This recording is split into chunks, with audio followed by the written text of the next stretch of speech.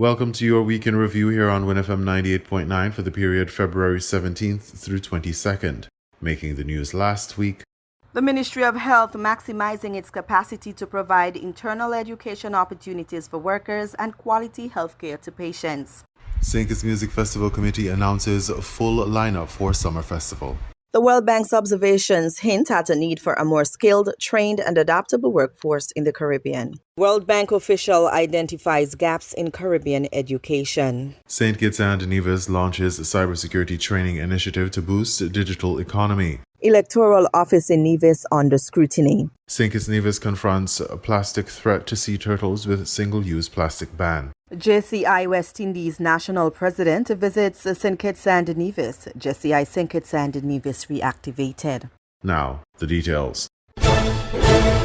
Curtis Martin, the permanent secretary in the Ministry of Health, said the ministry will continue to prioritize comprehensive and relevant training in customer service, health technology, and other practices, as it has done over the past year. Martin believes that healthcare professionals must be equipped with the skills and the knowledge necessary to address the sector's growing challenges, and he also believes that staff development is paramount. So when they show up to work, we should be in a position to serve people. And as I've said to the staff, that in healthcare, there's a particular reason why somebody thought in their wisdom to coin the words healthcare, to actually join them together in marriage.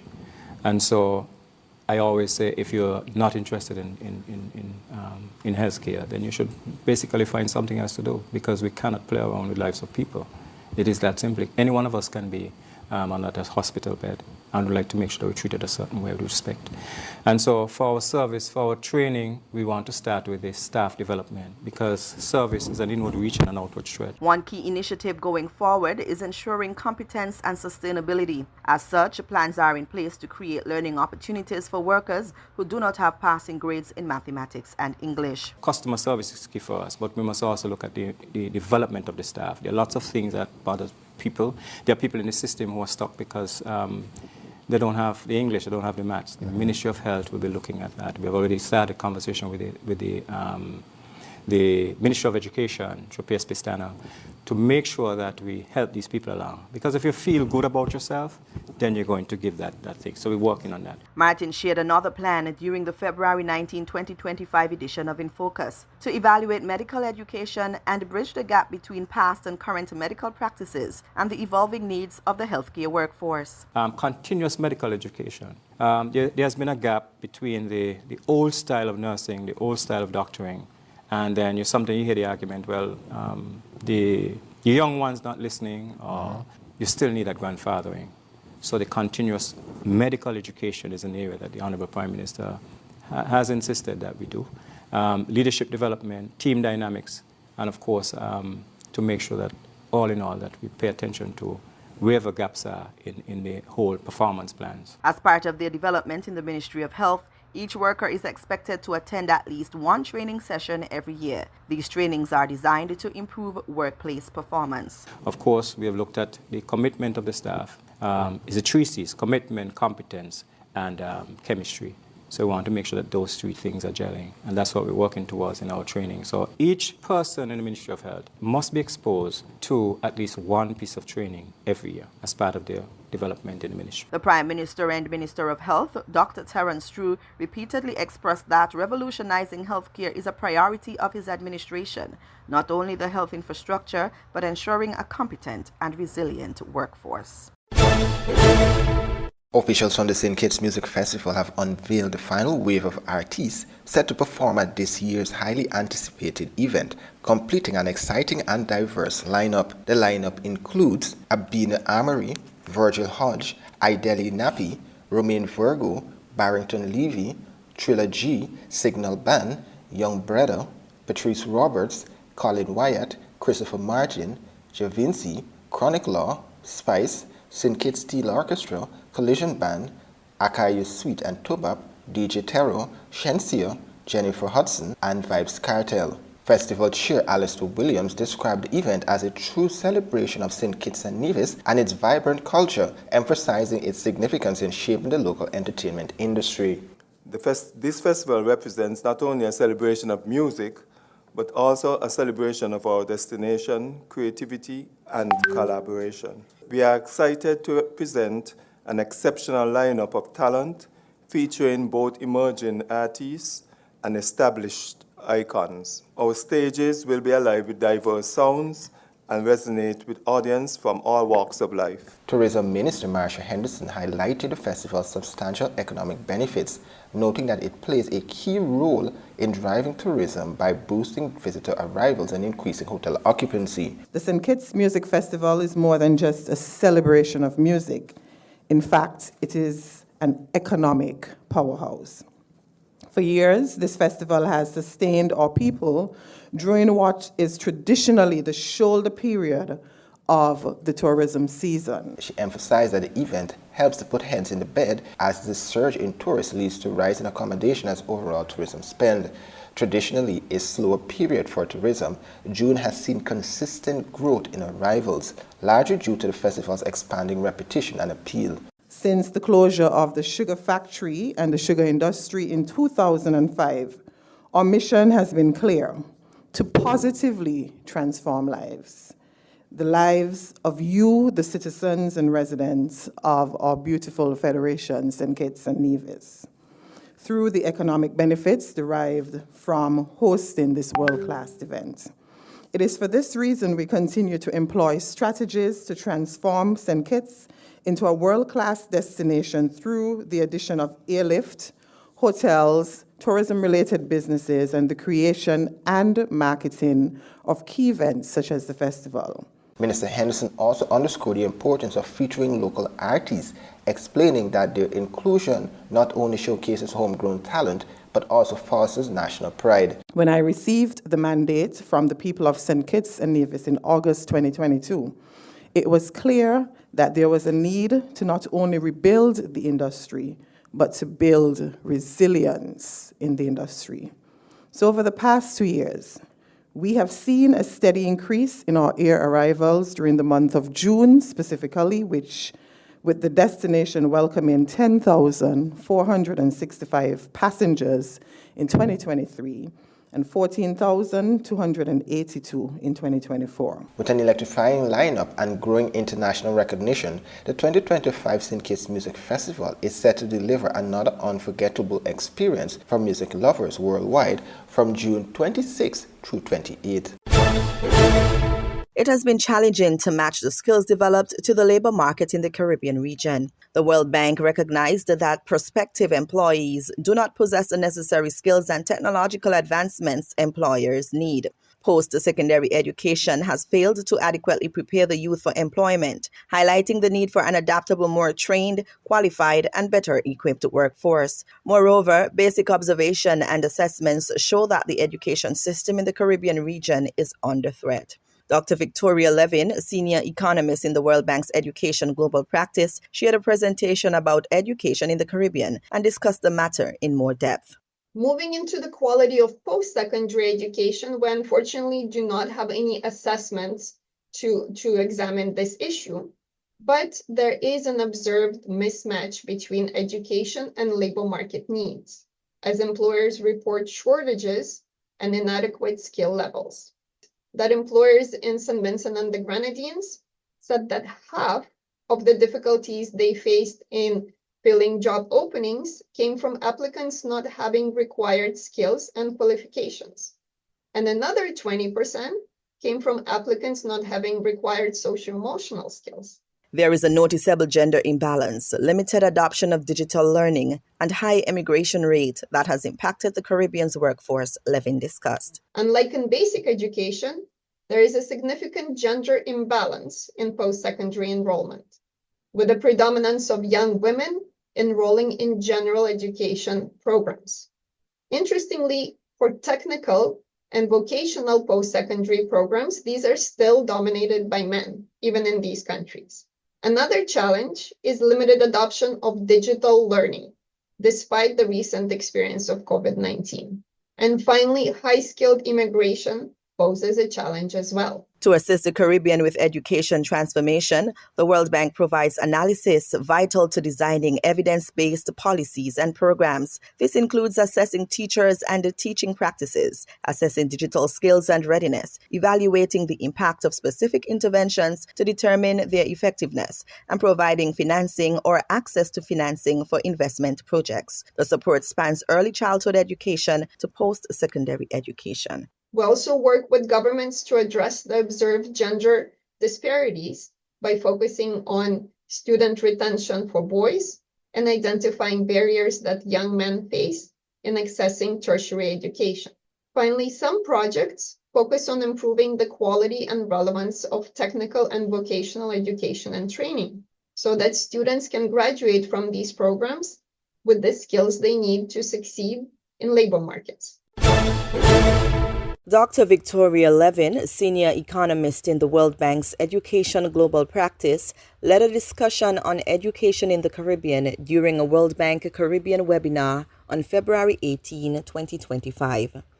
Dr. Levin focused on the progress achieved and the challenges over recent years. She said that despite progress in education quantity in the region, education quality is troubling. According to the World Bank officials, some students lack foundational skills from as early as primary school, which has undermined their success in the Caribbean Secondary Education Certificate (CSEC) examination. Recent data has revealed serious gaps in learning outcomes and more of a crisis in core subject areas such as mathematics and English. Using national assessments, we know that some students are struggling in foundational skills such as literacy and numeracy, even in primary schools. Numeracy or math skills are lagging behind literacy at the end of primary education in most countries where we have data. Given the cumulative nature of skills development, students who fall behind in early grades on foundational skills are not able to master more advanced competencies later on. And this is indeed what we see from CSEC pass rates. And as you know, CSEC exams are usually taken by better performing students at the end of their secondary education. Even among those students, less than 80% pass the English exam and less than half pass the math exam. And you can also observe a decline in pass rates in both subjects in 2021 and 2022. Which can be explained by prolonged school closures due to COVID-19, with over 300 days of partial or complete closures in many countries. Finally, the CSEC exam rates show that boys and girls perform about the same in mathematics, and girls perform better than boys in English. Now, the math equity in outcomes among boys and girls is actually unique to the Caribbean, as globally, boys usually perform better than girls on mathematics. The Caribbean Examination Council, in its reports on students' performance for the 2024 Caribbean Secondary Education Certificate (CSEC) exams, recorded that only 4.9% of students passed the 5 or more subjects, including mathematics and English. However, the pass rate for mathematics continues to decline, with only 36% in the 2024 regional examinations. Are the traditional teaching practices in alignment with the needs of the 21st century learners? Are teachers getting the necessary support? Are classroom times used effectively? Dr. Levin discussed the key drivers affecting education quality in the region. Teaching practices in the Caribbean are still quite traditional, and they focus on delivering a rigid curriculum that is often misaligned with the needs of 21st century learners. Existing teachers often do not get sufficient support in adjusting their instructional approaches, learning how to integrate the fostering of socio-emotional skills, or how to support students with special educational needs. Some countries lack professional standards to guide teacher recruitment and deployment, which can lead to inexperienced teachers struggling in the classroom. As a result, classroom time is not used effectively or efficiently, which reduces the knowledge and skills that can be acquired in school. Findings from the World Bank suggest that countries in the Caribbean struggle to provide effective teacher-student learning engagement because they lack the right learning environment. Additionally, insufficient capital investments have been made in education, particularly education infrastructure. The Caribbean's education infrastructure, and likewise its digital infrastructure, lacks resiliency when faced with climatic conditions. Countries are not spending enough in terms of investment in capital expenditures, in terms of investment in education infrastructure, as much as high-income countries are. And it shows. The school infrastructure is often outdated and it's not resilient to the increasing frequency of extreme climate events. At the same time, digital infrastructure is inadequate with poor internet access and connectivity and unequal access to digital devices. This means both limited opportunities to support continued learning during school closures, sometimes related to climate events, or to support, even during normal times, the development of much needed digital skills among students. The World Bank official speaking about education equity in the Caribbean shared that the two-tier system in secondary education shows that students from high-income families are open to receiving better academic opportunities than those of lower-income families. Another issue with education equity outlined in Dr. Levin's presentation was special education support. She pointed to a lack of reliable data and diagnostics to identify specific educational needs, inadequate access to specialized schools and classrooms, a shortage of teachers to deliver specialized instruction, a curriculum that does not cater to the diverse learning needs, and other factors. Dr. Levin called for adequate investment in every person in all areas of the education system. Currently, the Caribbean countries spend more per student than high-income countries for tertiary education, but they spend much less on primary and secondary education.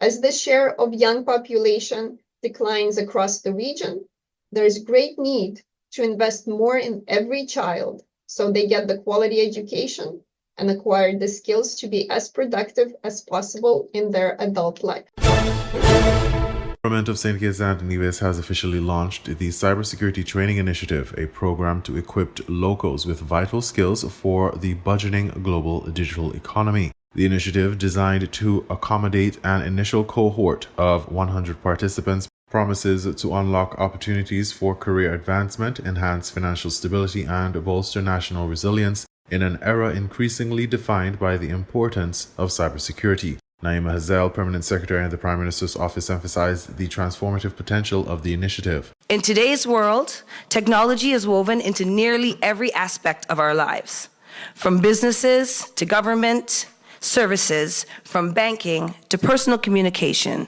Digital systems power our daily interactions. But with progress comes risk. Cyber threats are becoming more sophisticated, and the need for skilled professionals to safeguard our data and our digital spaces has never been greater. That is why today is so important. With this cybersecurity training initiative, we are not just talking about training.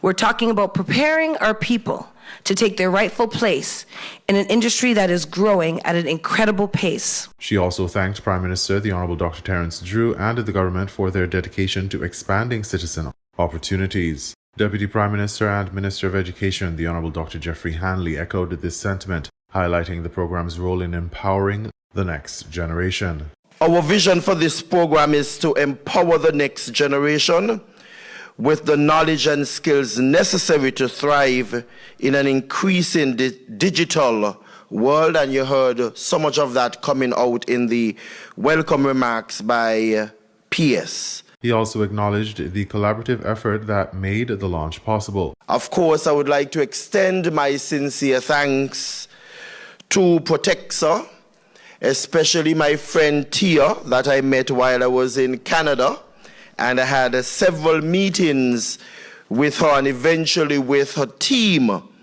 for their tireless effort that they put in to bring us here. He urged participants to seize the opportunities provided, emphasizing that cybersecurity skills are valuable for personal development and contribute to shaping the world. As Rick Hubricks of Protexa explains, the Cyber Nations program comprises two key components. The first one is around public engagement and make citizens and residents of St. Kitts and Nevis aware of their role in cybersecurity, elevating our collective cyber literacy and making tools available to 25,000 citizens to better monitor and manage their cyber posture and the risks that they may have in today's digital age.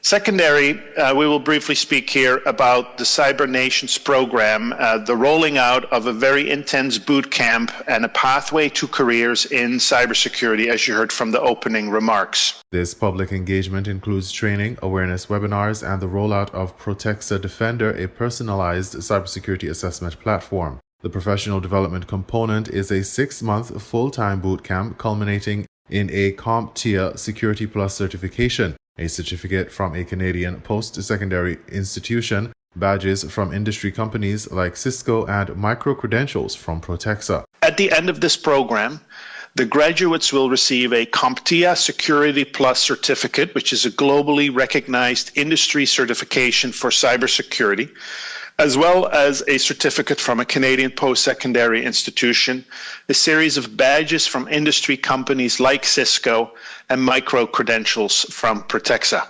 This will be followed by a 12-month work-integrated learning experience offering practical application of skills with real-world industry challenges. The program is open to residents and citizens of St. Kitts and Nevis aged 18 and older.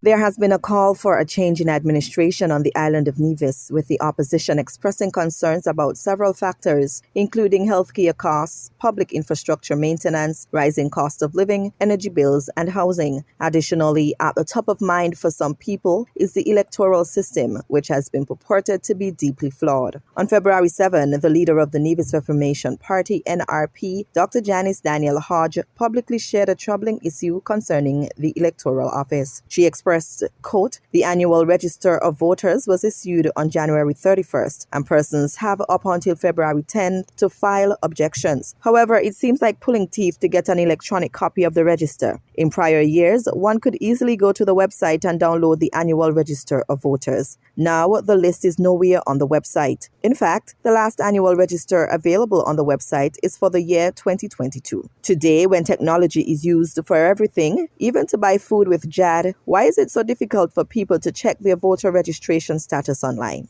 Mr. AG, Electoral Commission and Supervisor of Elections, please correct this issue soonest," unquote. Attorney General Garth Wilkin responded to the social media post stating, quote, "Janice Daniel Hodge, kindly keep my office out of this conversation. You messaged me on the issue of a digital list, and I explained that the Attorney General's office has no responsibility for any voters lists, physical or digital. You are aware of this from your direct conversation with me, and you are also aware that my office does not have access to the website to which you refer for reasons beyond our control. I also presume you've read the Constitution, which settles who is responsible for electoral matters such as lists clearly and ambiguously. It is therefore unfortunate that you have taken to a public forum to mislead the general public with respect to my office, hence my need to publicly clarify. For your information, scanners and software can easily convert physical lists to digital lists. Be reasonable and honest with our people instead of playing politics," unquote. Sentiments by a fraction of society were aired on radio and social media as individuals sought to give their take on the matter. A caller to On Target, a talk show in Nevis, expressed that the federal government should have taken a strong stance surrounding issues within the electoral office in Nevis.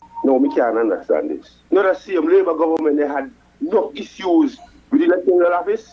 What a change since they got in the government. Did anything change since they got in there? Me sick and tired of politicians here. Me sick and tired of these politicians. Nobody had more problems than the nigger man down there. The man, they do answer the things about the electoral office. Now they get in government. What they do? What poor people better understand what these people do to us. Some people who have lost confidence in the electoral system believe that the political landscape in Nevis is at a crossroads. Therefore, the caller questioned whether the NRP would contest another election under the same regime. This is what we want to know. I want to know if NRP is going to contest the next election in the country under the same electoral apparatus. That is what I want to know. I want to know if NRP and the people in Nevis ain't going to bring a change to that. Ain't going to stop that because we know all of this thing is wrong, you know. What we then do? NRP lose the election to the electoral office. We are the king and them that are going. We all know that.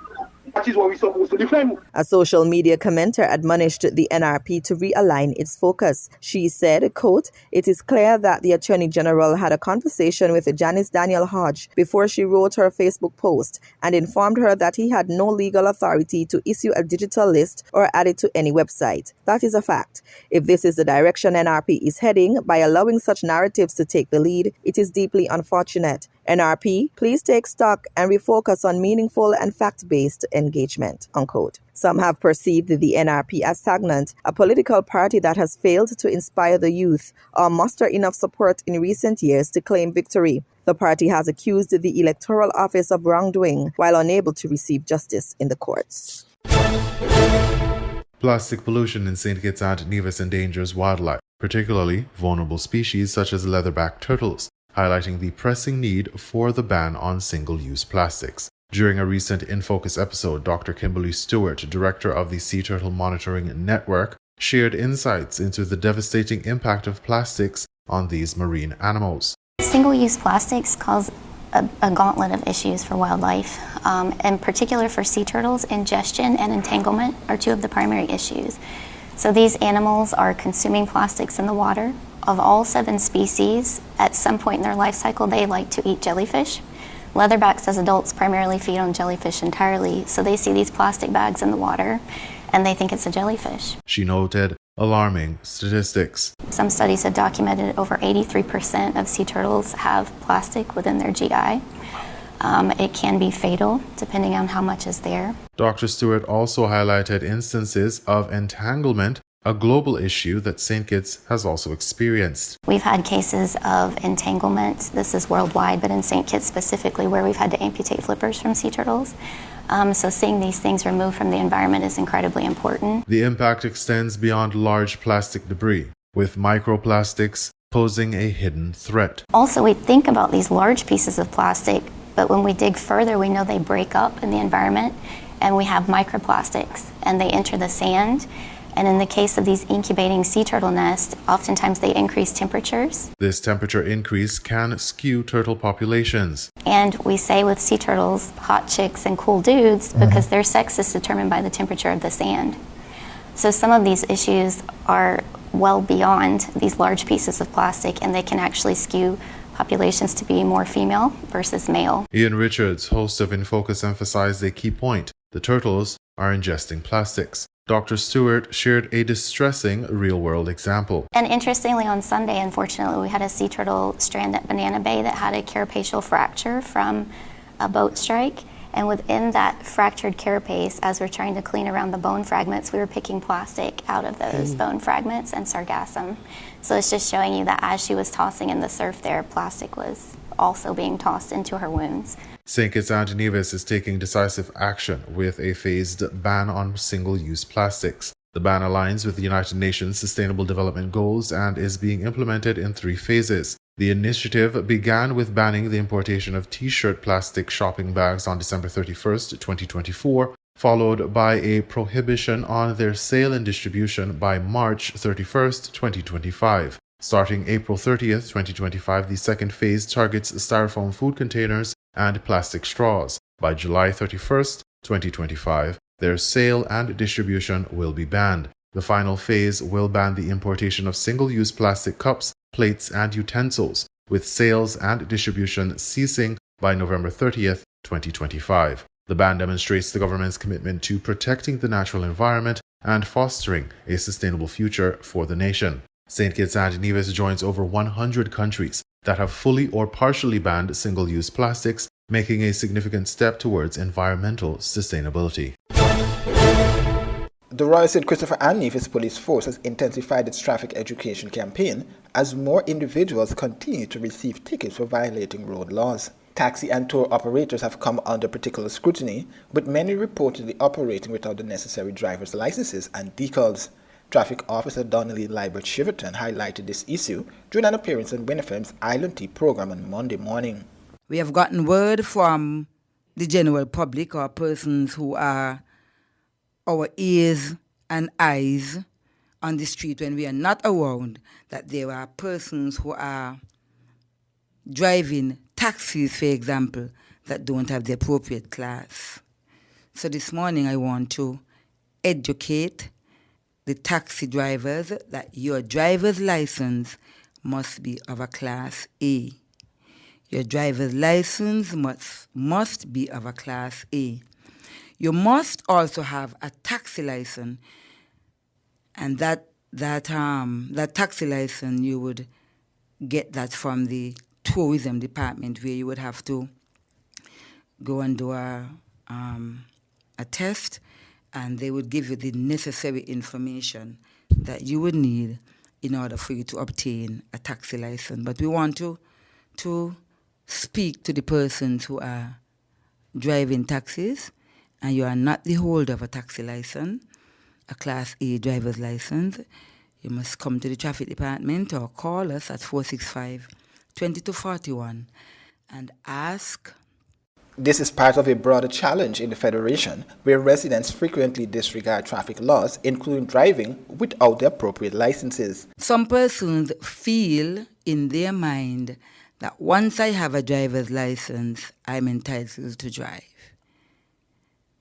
And so this morning I want to let the general public know that there were different classes of driver's license, and there are also appropriate license and non-appropriate license when it comes to our Federation of St. Kitts and Nevis.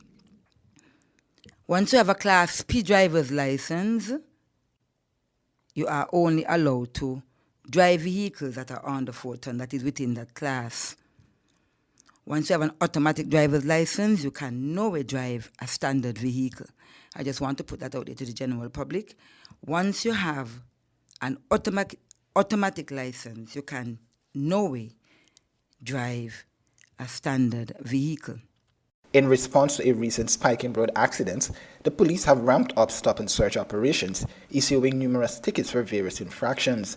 Just last week, law enforcement reported that 58 tickets were issued at vehicular checkpoints set up at Johnson's Long Path and Island Main Road in Connery. A police statement detailed the results of the operations led by Superintendent Bradshaw, Inspector Gordon, and Sergeant Henry, during which 58 tickets were issued for the following offenses: 38 cases of exceeding the speed limit, 3 cases of failing to comply with traffic signs, 4 cases of driving without a seatbelt, 1 case of driving with a child without a child's seat, 2 cases of non-compliant identification marks, 2 cases of driving without a front identification mark, 5 cases of illegal dark tinting on windshields and windows, 2 cases of driving unlicensed vehicles, and 1 case of using a defective tire with visible treads. Additionally, the police have raised concerns about the growing issue of unlicensed vehicles on the road, which pose a serious risk to public safety.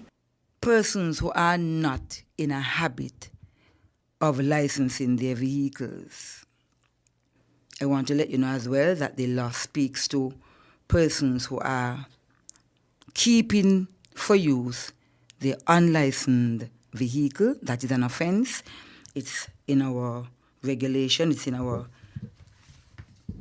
chapter 15.06 of the laws of the Federation, that if you are not driving your vehicle, if your vehicle is off-road, you must report it to the traffic department so that we must be aware. So those of you who have your vehicles parked on the government road and the vehicle is not licensed, it is not safe for you to say, I am not driving it, I don't have any monies to pay for it, and so it's okay for you to leave it thinking that I don't have to license. But the law clearly speaks, Section 12(1)(a) of the laws of the Federation, our traffic laws, that it's an offense to be driving or keeping for use an unlicensed vehicle.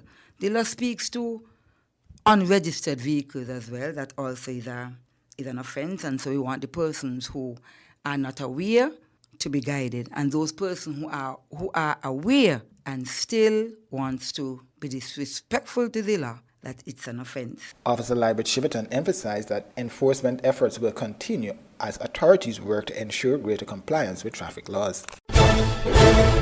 Members of the Junior Chamber International JCI St. Kitts and Nevis worshipped at a Pentecostal Church of God at its Boone Avenue location in Basseterre on February 16. The church service was one of several initiatives marking the return of JCI St. Kitts and Nevis as an active member of JCI West Indies. The JCI West Indies National President, Leisha Samuel, who traveled to St. Kitts and Nevis, delivered remarks at the church service and also paid respects to Pastor Arnaldo Bailey, a JCI senator. I'm here to welcome back JCI St. Kitts and Nevis.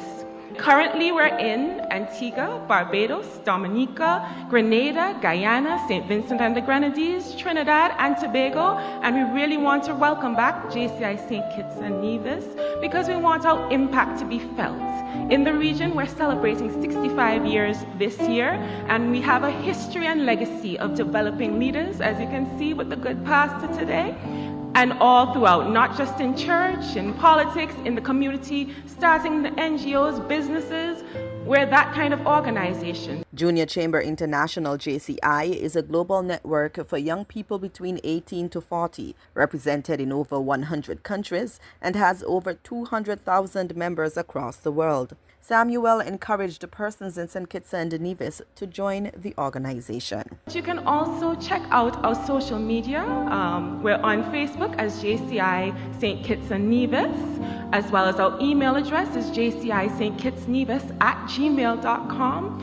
And I will encourage you, I was really touched by the words over the offering. You can be the other people, you can support. Even if you're not in the age group, you can support, whether it is monetary or even if it's just your prayers, because it was prayed for, as was said before, and we're here and we're back and we're trying to bring it back.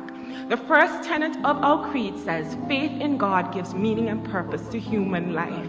And that is why we're here today. It's only fitting that we celebrate with you as we celebrate this milestone that we're embarking on today to bless the journey of JCI St. Kitts and Nevis. The JCI West Indies National President arrived in St. Kitts on February 14. Her first national visit included an interview upon her arrival in St. Kitts, a visit to the Prime Minister's office where she met Ms. Naima Hazel, Permanent Secretary, a lunch engagement with members of St. Kitts and Nevis JCI Executive, and a training session on February 15. Founded more than 100 years ago, JCI is the premier organization for youth leadership and skills enhancement. JCI West Indies was established in 1960. You are listening to the Week in Review here on WINN FM 98.9. Thank you for listening and have a productive week.